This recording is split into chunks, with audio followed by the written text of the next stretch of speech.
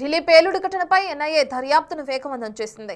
ఎర్రకోట వద్ద పేలుడు ఘటనలో అనుమానితులను అదుపులోకి తీసుకుని ఎన్ఐఏ విచారిస్తుంది. ఫరీదాబాద్ లో అటు అల్ ఫలా మెడికల్ కాలేజ్ విద్యార్థులు సిబ్బందిని విచారిస్తున్నారు. ఎన్ఐఏ అధికారులు ఇప్పటివరకు అదుపులోకి తీసుకున్న అనుమానితుల సంఖ్య 20కి చేరింది. పేలుడు జరిగిన ప్రాంతాన్ని వాటర్ ట్యాంకర్లతో మున్సిపల్ కార్మికులు క్లీన్ చేశారు. పేలుడు జరిగిన ప్రాంతం నుంచి చాందిని చౌక్ ఎర్రకోట మీదుగా వాహన రాకపోకలు యథావిధిగా కొనసాగించేందుకు పోలీసులు ఏర్పాట్లు చేస్తున్నారు. మరోవైపు ఫరీదాబాద్ లో స్వాధీనం చేసుకున్న 350 కేజీల అమోనియం నైట్రేట్ ను అటు శ్రీనగర్ లోని నౌకం పోలీస్ స్టేషన్ లో చెక్ చేస్తుండగా భారీ పేలుడు సంభవించింది. ఈ పేలుడికి 9 మంది చనిపోగా పలువురికి గాయాలయ్యాయి. మరికొంతమంది పరిస్థితి విషమంగా ఉన్నట్లు తెలుస్తుంది. అయితే ఈ పేలుడులో ఎవరి హస్తం లేదని పోలీస్ స్టేషన్ లో పేలుడు పదార్థాలను పరిశీలిస్తున్న సమయంలో పేలుడు సంభవించిందని జమ్మూ కాశ్మీర్ డీజీపీ తెలిపారు. దీనికి సంబంధించిన మరింత సమాచారాన్ని మా ప్రతినిధి శివ అందిస్తారు. ఎర్రకోట సమీపంలోని సుభాష్ మార్గ్లో కారు పేలుడు తర్వాత వాహనాల రాకపోకలు యథావిధిగా కొనసాగుతున్నాయి. మనం చూస్తున్నాం వాహనాల రాకపోకలు రెడ్ ఫోర్ట్ ముందు బాంబు పేలుడు సంభవించిన తర్వాత కారు పేలుడు సంభవించిన తర్వాత వాహనాల రాకపోకలు అయితే యథావిధిగా కొనసాగుతున్నాయి. సోమవారం సాయంత్రం 6:52 సమయంలో ఈ పేలుడు సంభవించింది. తర్వాత యథావిధిగా ఈరోజు ఉదయం పారిశుద్ధ్య కార్మికులు రోడ్డు మీద మొత్తం ఎటువంటి నెత్తుటి మార్కులు కానీ ఎటువంటి ఆనవాళ్లు లేకుండా మొత్తం వాటర్ ట్యాంకర్లతో పారిశుద్ధ్య కార్మికులు శుద్ధి చేశారు. శుద్ధి చేసిన తర్వాత వాహనాలన్నీ కూడా యథావిధిగా కొనసాగుతున్నాయి. మనం ఆ రోజు కారు పేలుడు సంభవించిన స్పాట్లో ఉన్నాం. ఇవన్నీ చూస్తున్నాం.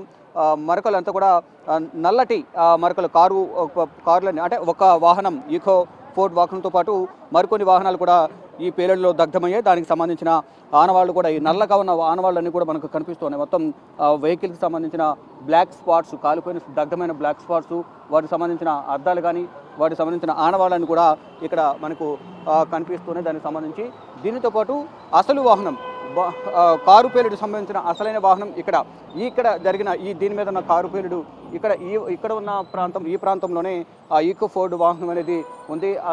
ఇక్కడే ఆ బాంబ్ బ్లాస్ట్ అనేది జరిగింది. మొత్తం ఆ బాంబు బ్లాస్ట్కి అంటే పేలుడు ధాటికి ఇవన్నీ గుంటలు పడ్డాయి. తర్వాత పేలుడు సంభవించిన తర్వాత ఫోరెన్సిక్ నిపుణులు ఎఫ్ఎస్ఎల్ బృందం అలాగే ఇతర దర్యాప్తు బృందాలు అన్నీ కూడా ఇక్కడ చేరుకుని శాంపుల్స్ అన్ని కూడా సేకరించాయి. ఇటు మృతదేహాలకు సంబంధించి కానీ బాడీ శాంపిల్స్ కానీ ఇతర వాహనానికి సంబంధించిన దానిలో ఉన్న పేలుడు పదార్థాలన్నీ కూడా స్వాధీనం చేసుకుని ల్యాబ్కు తరలించారు.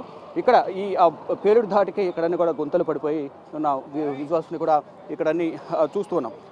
ఆ రోజు ఏదైతే 6:48 వెహికల్ బయటికి రావడం, 6:52 ఈ సిగ్నల్ దగ్గరే భారీగా రద్దీ ఉంది. ఆ రోజు ఆ రద్దీ ఉన్న సమయంలో ఇక్కడ ఒక్కసారిగా పేలుడు సంభవించింది.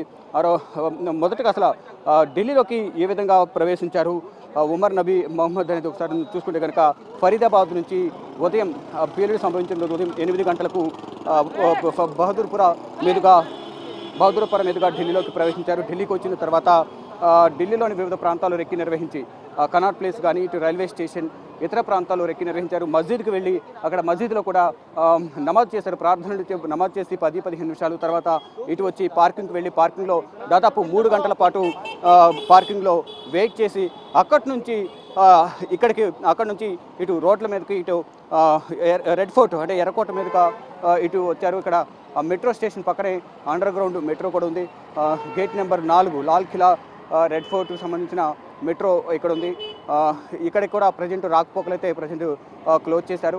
కానీ ఈరోజు కొద్దిసేపటి నుంచే ఈ వాహనాల రాకపోకలన్నీ కొనసాగుతున్నాయి. అయినప్పటికీ కూడా భద్రతను ఇంకా ఇక్కడ కట్టుదిట్టం చేశారు. అక్కడ మనం చూస్తున్న భద్రత ఇంకా ర్యాపిడ్ యాక్షన్ ఫోర్స్ ఇంకా ఇక్కడ మోహరించి ఉన్నారు. ఎటువంటి అవాంఛనీయ సంఘటనలు జరగకుండా పటిష్టమైన భద్రతను అయితే ఇంకా ఏర్పాటు చేసి ఉంచారు. వాహనాల రాకపోకలకైతే ప్రజెంట్ అనుమతి ఇచ్చినప్పటికీ కూడా భద్రతా పరంగా కూడా అనేకమైన చర్యలు తీసుకుంటున్నారు. అంటే ఇక బాంబు పేలిన తర్వాత 6 రోజుల తర్వాత సోమవారం ఘటన జరిగింది. ఇప్పుడు వాహనాల రాకపోకలకు అనుమతి ఇచ్చిన నేపథ్యంలో ఇక్కడ ఈ మార్కెట్లో చాందిని చౌక్ మార్కెట్ ఇది. ఈ చాందిని చౌక్ లజపతి రాయ్ మార్కెట్ అంటారు. ఇక్కడ ఉన్న సిబ్బంది ఇక్కడ ఎవరైతే పనిచేస్తారో అక్కడ పనిచేసే షాప్ నిర్వాహకులు కానీ అక్కడ పనిచేసే కార్మికులందరూ కూడా మొదటి రోజు వాహనాల రాకపోకలు అనేవి మళ్ళీ కొనసాగుతుంటే ఇక్కడ ఏం జరిగింది, ఆ రోజు ఎలా ఉంది బాంబు పేలుడు జరిగిన ప్రాంతం అనేది చూసేందుకు వీరందరూ కూడా ఇక్కడికి వచ్చి ఇక్కడ చూస్తూ ఉన్నారు.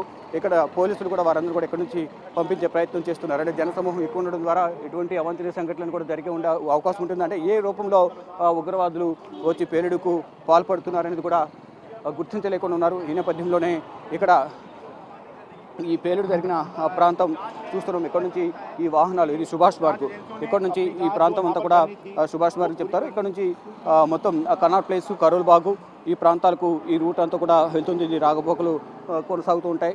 దీన్ని సుభాష్ మార్గ్ అంటారు. ఇటు ఒకవైపు చాందినీ చౌక్ సంబంధించిన మార్కెట్ కూడా మనం చూద్దాం. ఇక్కడ పబ్లిక్ కూడా భారీగా ఇక్కడికి చేరుకొని ఇక్కడ సంఘటన పేలుడు సంభవించిన ప్రాంతానికి వచ్చి చూస్తున్నారు. ఆ రోజు ఏం జరిగింది ఏంటి అనేది కూడా అందరి దగ్గర నుంచి చూస్తున్నారు. ఇటు ఒకవైపు గౌరీ శంకర్ మందిర్ హిందూ దేవాలయం ఉంటుంది. ఇది చాందినీ చౌక్ మార్కెట్ ఎంట్రన్స్ ప్రాంతం. ఈ లోపలికి Chandni Chowk market, wholesale market ఉంటుంది. కొంచెం ముందుకు వెళ్ళంగానే గురుద్వారా సాహిబ్ బంగ్లా ఉంటుంది. ఇక్కడ నుంచి చూస్తే మనకు కనిపిస్తుంది గురుద్వారా సాహిబ్ బంగ్లా. తర్వాత మళ్ళా కొంచెం ముందుకు వెళ్తే లెఫ్ట్ సైడ్లో మస్జిద్ కూడా దర్శనమిస్తూ ఉంటుంది. అంటే మస్జిద్ కూడా ఉంటుంది. అంటే అన్ని మతాలకు సంబంధించిన ఆలయాలు. ఒకటి గౌరీశంకర్ ఆలయం, ఇటు పక్కనే కొంచెం ముందుకు వెళ్తే ఇక్కడ గురుద్వారా ఏదైతే కనిపిస్తుందో గురుద్వారా మందిర్ కూడా ఇక్కడికి మనకు కనిపిస్తూ ఉంటుంది. అంటే చాందినీ చౌక్లో ఉండే అనేక మతాలకు సంబంధించిన, కులాలకు సంబంధించిన వారందరూ కూడా ఇక్కడ ఉంటారు. ఇక్కడ మనం చూస్తున్నాం ఇది గురుద్వారా. ఈ గురుద్వారాకు సంబంధించిన విజువల్స్ కూడా ఇక్కడ చూస్తూ ఉన్నాం.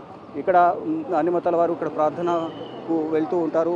వారి ఇష్ట దైవాలను ప్రార్థించుకుంటూ ఉంటారు. అంటే 3 మతాలకు సంబంధించి హిందూ, సిక్, ముస్లిం మతాలకు సంబంధించిన మందిరాలు కూడా ఇక్కడ, ఆలయాలు, వారి గురుద్వారాలు, మస్జిద్లు కూడా ఇక్కడ ఉన్న నేపథ్యంలో అక్కడ కూడా ఎక్కువ సంఖ్యలో వస్తూ ఉంటారు. ఇక్కడ మనం బ్యాటరీ వాహనాలు, ఆ రోజు పేలుడు సంభవించిన దాంట్లో బ్యాటరీ వాహనాలు కూడా చాలా వరకు దెబ్బతున్నాయి. ఆ బ్యాటరీ వాహనానికి సంబంధించిన డ్రైవర్ కూడా ఈ పేలుడు ఘటనలో మృతి చెందాడు. ఇక ఎక్కడికక్కడ ఇప్పుడు చెక్ పోస్టులను ఏర్పాటు చేసి పటిష్టమైన భద్రతను అయితే కొనసాగిస్తూ ఉన్నారు. ఒకవైపు రాకపోకలు కొనసాగుతున్నప్పటికీ కూడా భద్రత మాత్రం కట్టుదిట్టం చేస్తూనే ఉన్నారు. ఎక్కడ కూడా వాహనాలు నిలుపకుండా ఉండే విధంగా చర్యలు తీసుకుంటూ ఉన్నారు. అంటే ఈ రోడ్డు పొడవున కూడా మొత్తం అంతా వాటర్ చేత శుద్ధి చేయించారు. ఇది మనం రెడ్ ఫోర్ట్ చూస్తున్నాం. ఒకవైపు చాందినీ చౌక్, మరోవైపు ఎర్రకోట. ఇది అత్యంత రద్దీగా ఉండే ప్రాంతం కావడంతోనే ఈ ప్రాంతాన్ని ఎంచుకొని ఉండొచ్చు అనేది కూడా దర్యాప్తు సంస్థలు అనుమానిస్తూ ఉన్నాయి. అంటే ఇటు ఉమర్ నబీ మహమ్మద్ కారు పేలుడు ఘటనలో చనిపోయిన వ్యక్తి ఫరీదాబాద్ నుంచి బహదూర్పూర్ మీదుగా ఇటు ఢిల్లీలోకి రావడం, ఢిల్లీ అంతా కూడా రెక్కి నిర్వహించి కనాట్ ప్లేసు ఇతర ప్రాంతాల్లో రెక్కి నిర్వహించాడు. తర్వాత పార్కింగ్కి వెళ్ళాడు. పార్కింగ్లో 3 గంటల పాటు నిల్చున్న తర్వాత అక్కడ వెయిట్ చేసిన తర్వాత ఆ ఐఈడి బాంబు అనేది అక్కడే తయారు చేసుకుని తీసుకొచ్చాడా, లేదా ఆల్రెడీ ఉన్న ముడి పదార్థాలతో అవి పేలుడు సంభవించిందా అనేది కూడా ముందుగా తయారు చేసుకొచ్చిన పేలుడు పదార్థాలతో ఇక్కడ బ్లాస్ట్ జరిపాడు అనేది కూడా కోణంలో కూడా వివిధ కోణాల్లో దర్యాప్తు సంస్థలు దర్యాప్తు చేస్తూ ఉన్నాయి. మనం చూస్తున్న ఒకవైపు చాందినీ చౌక్ చాలా రద్దీగా ఉండే ఈ ప్రాంతం, ఇదంతా కూడా చాలా రద్దీగా ఉంటుంది. ఒకవైపు సందర్శనకు వచ్చేవారు, ఎర్రకోట సందర్శనకు వచ్చేవారు కూడా ఒకవైపు. ఇలా అనేక మంది ప్రజలు ఇక్కడికి, దేశవ్యాప్తంగా ప్రజలందరూ కూడా ఇక్కడికి వస్తుంటారు. టూరిస్టులు వస్తుంటారు, ఎన్ఆర్ఐస్, ఫారినర్స్ వస్తుంటారు. అనేక మంది ఇక్కడికి సందర్శనకు వస్తుంటారు, షాపింగ్ పర్పస్ వస్తూ ఉంటారు. ఈ నేపథ్యంలోనే ఈ ప్రాంతాన్ని ఉగ్రవాదులు ఎంచుకుని ఉండొచ్చు అనేది కూడా ప్రధానంగా దర్యాప్తు సంస్థలు అయితే అనుమానం వ్యక్తం చేస్తున్నాయి. ఎట్టకేలకు 6 రోజుల తర్వాత సోమవారం రాత్రి సమయంలో, అంటే 6:52 సమయంలో ఈ బాంబు బ్లాస్ట్ ఘటన చోటు చేసుకుంది. ఈ ఘటనలో ఇప్పటి వరకు 13 మంది చనిపోయారు. మరికొంతమంది పరిస్థితి విషమంగా ఉంది. కొంతమంది ఇంకా చికిత్స పొందుతున్నారు. లోక్నాయక్ జయప్రకాష్ ఆసుపత్రిలో చికిత్స పొందుతూ ఉన్నారు. అయితే దీనికి సంబంధించి చాలా సీరియస్గా తీసుకుంది ఈ దాడికి సంబంధించి కేంద్ర ప్రభుత్వం. ఈ నేపథ్యంలోనే ఈ దర్యాప్తును కేంద్ర దర్యాప్తు సంస్థ నేషనల్ ఇన్వెస్టిగేషన్ ఏజెన్సీ ఎన్ఐఏకు అప్పగించింది. ఎన్ఐఏ కూడా దేశవ్యాప్తంగా సోదాలు నిర్వహిస్తుంది. ఎక్కడెక్కడ పటిష్టమైన భద్రతను ఏర్పరిస్తున్న అనుమానితులందరూ కూడా అదుపులో తీసుకుని విచారిస్తున్నారు. జమ్మూ కాశ్మీర్ పోలీసులు, anti terrorist squad, NIA national investigation agency వీరంతా కూడా సంయుక్తంగా దాడులు నిర్వహిస్తూ, సోదాలు చేస్తూ, అనుమానితులను అదుపులో తీసుకుంటూ వారి నుంచి సమాచారం సేకరిస్తూ ఎక్కడెక్కడ సోదాలు చేస్తూ ఉన్నారు. అయితే మరోవైపు ఈరోజు ఫరీదాబాద్లో స్వాధీనం చేసుకున్న 350 కేజీల అమోనియం నైట్రేట్ను జమ్మూ కాశ్మీర్ తీసుకెళ్లి అక్కడ నౌగం పోలీస్ స్టేషన్లో ఎఫ్ఎస్ఎల్ టీం అలాగే పోలీస్ బృందం శాంపిల్స్ సేకరిస్తున్న సమయంలో అది విస్ఫోటనం జరిగింది. ఆ విస్ఫోటనంలో కూడా 9 మంది అక్కడున్న ఎఫ్ఎస్ఎల్ టీంకి సంబంధించి కానీ, పోలీసులు కానీ, అక్కడున్న పోలీస్ స్టేషన్ సిబ్బంది చనిపోయారు. 25 మందికి వరకు గాయపడ్డారు. వారందరినీ కూడా మెట్రో, అంటే మిలిటరీకి సంబంధించిన ఆర్మీ హాస్పిటల్కి తీసుకెళ్లి వారందరూ కూడా ట్రీట్మెంట్ అందిస్తూ ఉన్నారు. ఎక్కడికక్కడ ఈ రోడ్ నుంచి, ఇక్కడ నుంచి ఇటువైపు రాకపోకలు కంప్లీట్గా ఈ 4-5 రోజులు బ్యాన్ చేశారు. అంటే ఆ వారం రోజుల పాటు వాహనాల రాకపోకలు ఎవరిని కూడా అనుమతించకుండా ఎక్కడ ఎటువంటి అవాంఛనీయ సంఘటనలు జరగకుండా ఉండే విధంగా కూడా పటిష్టమైన చర్యలు తీసుకున్నారు. దానిలో భాగంగానే ఇప్పటి వరకు కూడా ఈ రోడ్లన్నీ కూడా క్లోజ్ చేశారు.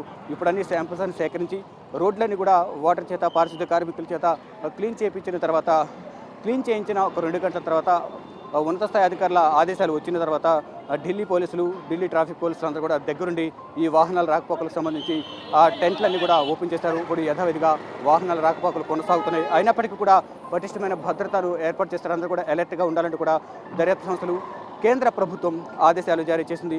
ఇటు దేశవ్యాప్తంగా కూడా ప్రతి ఒక్కరూ తగిన జాగ్రత్తలు తీసుకుంటూ హైలైట్తో ఉండాలి అంటూ కూడా ఆ రాష్ట్రాల ప్రభుత్వాలకు ఆదేశాలు జారీ చేశాయి.